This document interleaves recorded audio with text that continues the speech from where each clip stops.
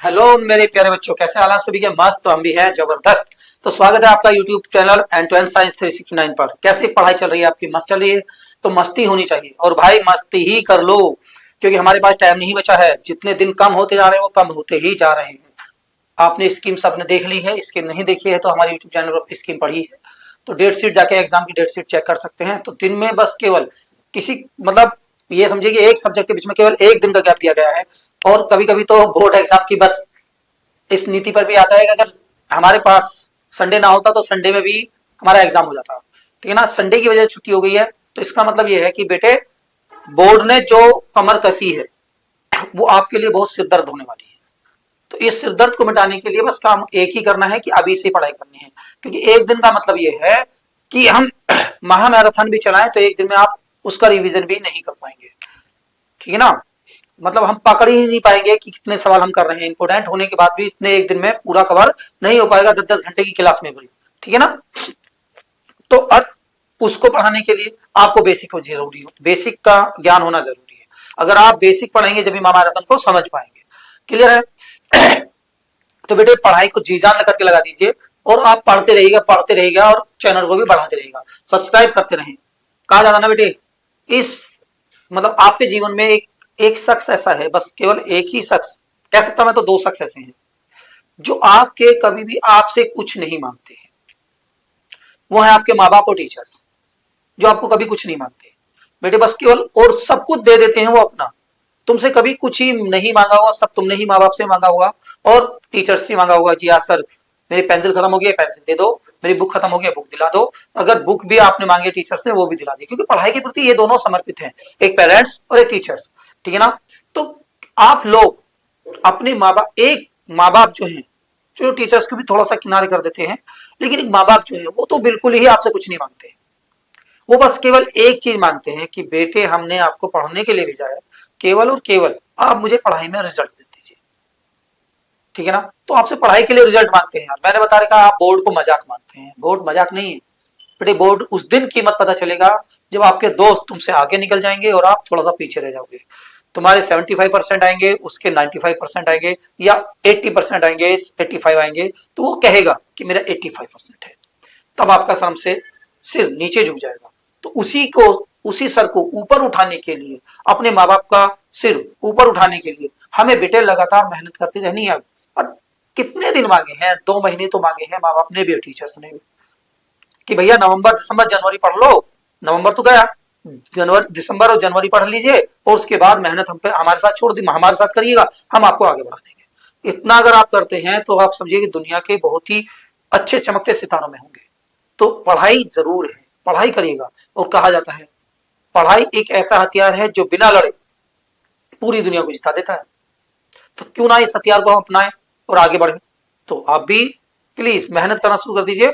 और चलते हैं आज हम भी एक नई वीडियो के साथ में, जिसका नाम है आज का अध्याय नंबर 8, त्रिकोणमिति। ठीक है ना? ट्रिग्नोमेट्री बोलते हैं आप सब लोग इसे। इसका आज इंट्रोडक्शन देखते हैं, 5-10 मिनट का इंट्रोडक्शन जितना भी रहेगा उसके इंट्रोडक्शन को समझते हैं, ताकि हमारे अभ्यास, आने वाले अभ्यास बहुत आसान हो जाए। अब उसको समझने के लिए आपको बहुत सारी बातों का ज्ञान होना जरूरी है। चलिए चलते हैं मेरे साथ आप ट्रिग्नोमेट्री में। तो बेटे इसका क्या है, आज आपका परिचय है जिसको बोलते हैं हम इंट्रोडक्शन।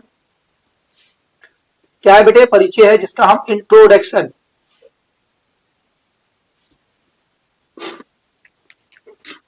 तो बेटे त्रिकोणमिति, अगर इसमें देखें हिंदी को तोड़े, तिर माने तीन, कोण माने कोण, मति माने होता है बेटे अध्ययन करना।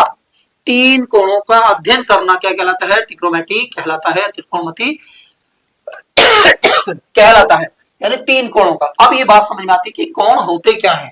एक तो समझ में आ गई बात को बेटे, कोण क्या होते हैं?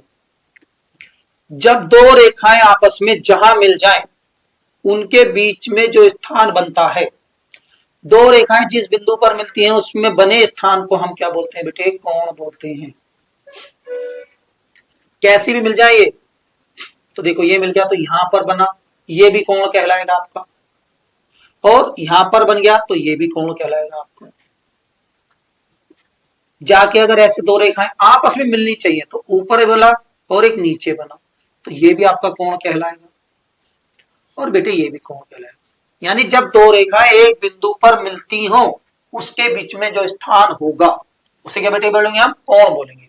अब यहाँ तो तीन कोण की बात कर रहा है, ट्रिग्नोमेट्री क्या होगा बेटे, तो इसका मतलब ये हो गया जहां पर तीन भुजाएं आपस में मिले, तीन भुजाएं आपस में मिले, ये तीन भुजाएं मिली, तो देखो एक ये बना, एक ये मिला, एक ये बना, ये भुजा है, ये भुजा है, ये भुजा, तो इन दोनों के भुजा देखो मिलने का स्थान, ये भी मिलने का स्थान, ये भी मिलने का स्थान, अगर ये दोनों मिलने का स्थान है तो ये क्या कहलाएंगे बेटे, कोण कहलाएंगे, क्या कहलाएंगे, कोण। अरे त्रिकोण है तो इन्हीं को बोलेंगे हम त्रिकोण, और मति माने इनका अध्ययन करना, यानी ट्रिग्नोमेट्री में तीन कोणों का अध्ययन करना ही क्या कहलाता है, त्रिकोणमिति कहलाता है। बहुत बढ़िया, यहाँ पर आ गया। अब त्रिकोणमिति में आपने देखा कि तीन कोण बने, अब तीन कोण बने तो त्रिभुज में बने, ठीक है ना बेटे, हमारे त्रिभुज बन गया, त्रिभुज क्या हमारा ये त्रिभुज। अब त्रिभुज क्या होता है, तीन रेखाओं से घिरी आकृति,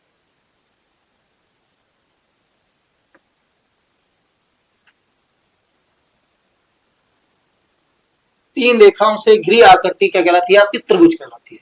अब बेटे त्रिभुज भी कई सारे तरीके होते हैं, एक होता है विषमबाहु, एक होता है समबाहु, एक होता है समद्विबाहु।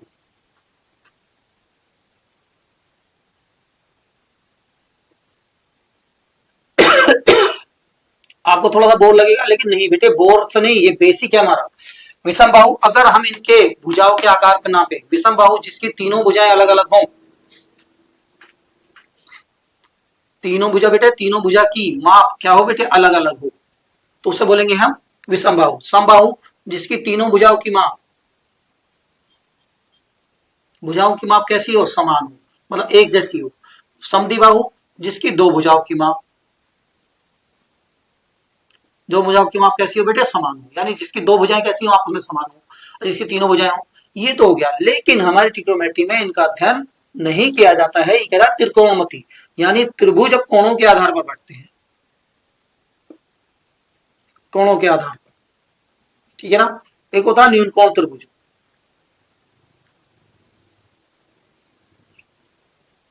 न्यून कोण त्रिभुज यानी जिसके तीनों कोण 90 अंश से कम हो, जिसके तीनों कोण किससे बेटे कम हो, 90 से कम हो, उसको हम बोलते हैं न्यून कोण त्रिभुज। जैसे इसके कम है, इसके कम है, इसके कम। दूसरा आता है आपका समकोण, समकोण त्रिभुज। अब समकोण त्रिभुज क्या होता है, जिसमें एक कोण 90 का हो और शेष न्यून कोण हो। शेष कैसे हो, न्यून कोण।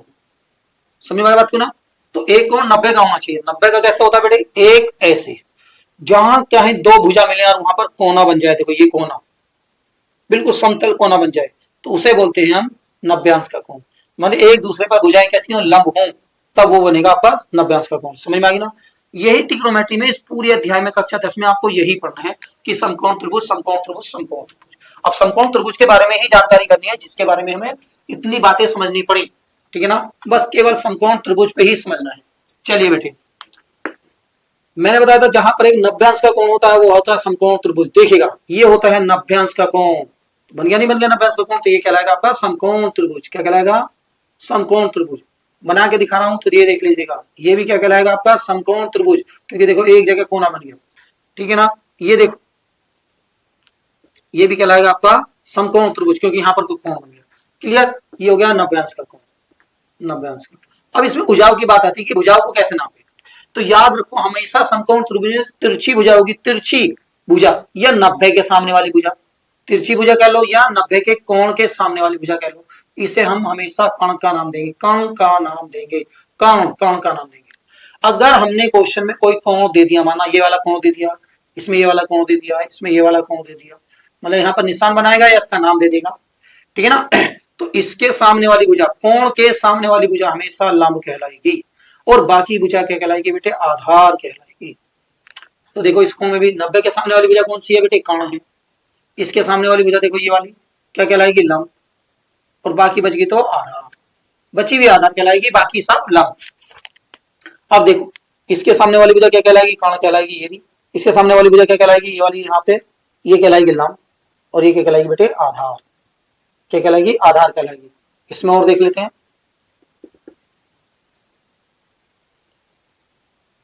हाँ, कुछ बच्चों के समझ में नहीं आ रहा होगा कि सर क्वेश्चन में हमें कैसा पता चलेगा कि यहाँ पर कौन दे रखा।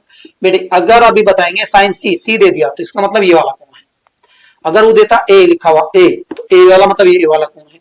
बी देगा नहीं, नव्यांश के कोण को कभी नहीं देगा, न्यून कोण के अंश को देगा, ठीक है ना। तो यहाँ पर हम समझते हैं कि इसने ए कोण दिया। तो देखो बेटे इसमें देखो, इस कोने के सामने वाली भुजा तिरछी भुजा क्या कहलाएगी आपकी, कर्ण कहलाएगी। तिरछी भुजा कर्ण कहलाएगी। इसके सामने वाली भुजा लंब कहलाएगी। और ये क्या बच गई आपकी, आधार बच गई। क्लियर। तो आपको समझ में आ गया कि समकोण त्रिभुज में भुजाओं को कैसे नापेंगे। अब जब भुजाएं नाप जाती हैं तो एक आता है हमारा, एक सूत्र बनता है यहाँ पर पाइथागोरस प्रमेय। पाइथागोरस प्रमेय।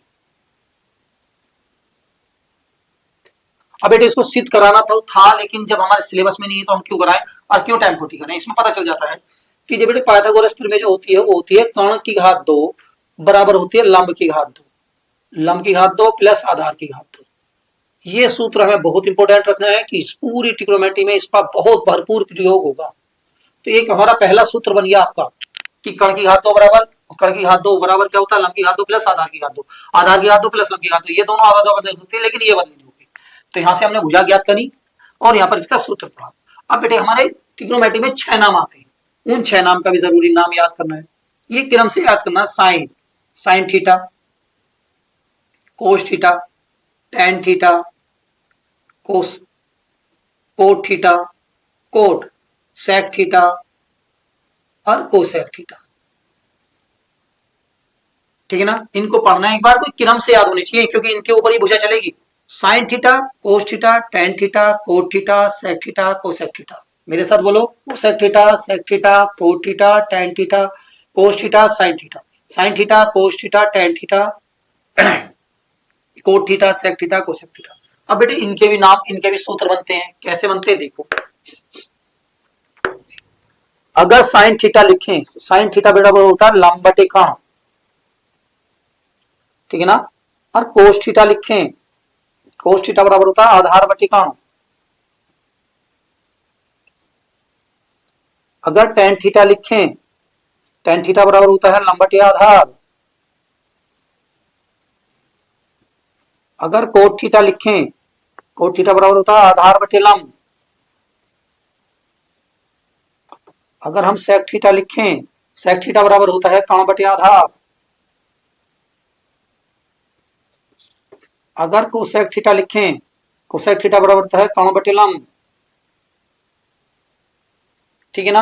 अब इनसे भी अलग एक क्वेश्चन चलता है, क्या, ये किस किस के उल्टे होते हैं देखो। साइन थीटा बराबर होता है 1 बटे कोसेक थीटा के। क्यों होता है देखो, साइन थीटा बराबर लंब बटे कर्ण है तो देखो कोसेक थीटा कर्ण बटे लंब है। देखो उल्टा लिखा हुआ नहीं लिखा हुआ, तो हमने भी इससे उल्टा लिख दिया। अब इसको अगर देखें तो ये इसका उल्टा है, यहां पर लिख सकते हैं हम कोसेक थीटा बराबर 1 बटे साइन थीटा। ऐसी कोस को लिख सकते हैं, कोस थीटा बराबर हो सकता है 1 बटे सेक थीटा, और सेक थीटा बराबर हो सकता है 1 बटे कोस थीटा। अब टेन को लिख सकते हैं, टेन थीटा बराबर हो सकता है 1 बटे कोट थीटा, और कोट थीटा बराबर हो सकता है 1 बटे टेन थीटा के। इतने सारे सूत्र आपको ट्रिग्नोमेट्री में याद करने हैं।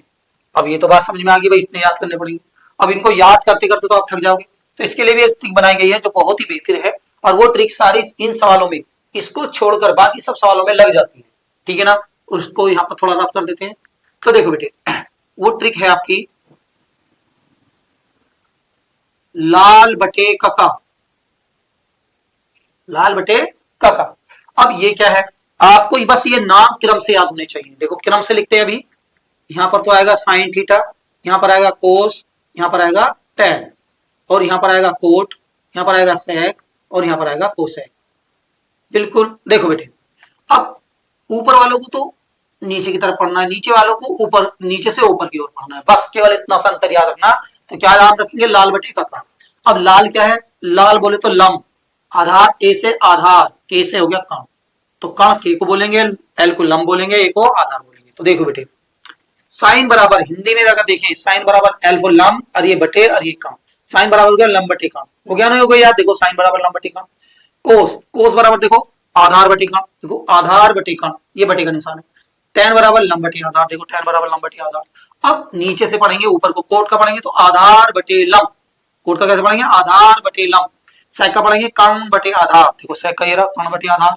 कोसेक का पढ़ेंगे आप, अगर कोसेक का पढ़ेंगे तो ऊपर को पढ़ेंगे ना कर्ण बटे लंब। तो देखो सारी चीजों में ये वाला याद हो गया। अब लोग ये वाला याद देखो, बिल्कुल साइन थीटा बराबर, यहाँ पर देखो ये नीचे नीचे है, नीचे इस बटे के नीचे कोसेक लिखा हुआ ये रहा। अच्छा कोसेक लिखा तो ऊपर एक लिख देंगे, यानी साइन बराबर एक बटे कोस के हो गया। साइन बराबर एक बटे कोस के होगा। कोस को देखेंगे तो एक बटे साइन के हो जाएगा, देखो देखो यहाँ पर कोस बराबर क्या हो, एक बटे सेक के हो गया। सेक को देखें एक बटे कोस के हो गया। टैन को देखें एक बटे कोट को हो गया। कोट को देखें तो एक बटे टैन के हो गया। तो बेटे देखो सारे ये भी सूत्र इसी से याद हो गए। बस आपको ये याद रखनी है स्पेशल ट्रिक, ताकि आपको भरपूर कोई से सवाल याद में मिस्टेक ना हो। ठीक है ना, इस ट्रिक को याद रखेंगे और ये ट्रिक याद रखते ही आपकी क्या बन जाएगी, सारी बातों की हल कर देगी। और एक इस सूत्र को याद करेंगे, बिना इस सूत्र के हम काम नहीं कर सकते। ठीक है ना, तो फिर मिलते हैं आपके 8.1 में 8.1 अभ्यास में।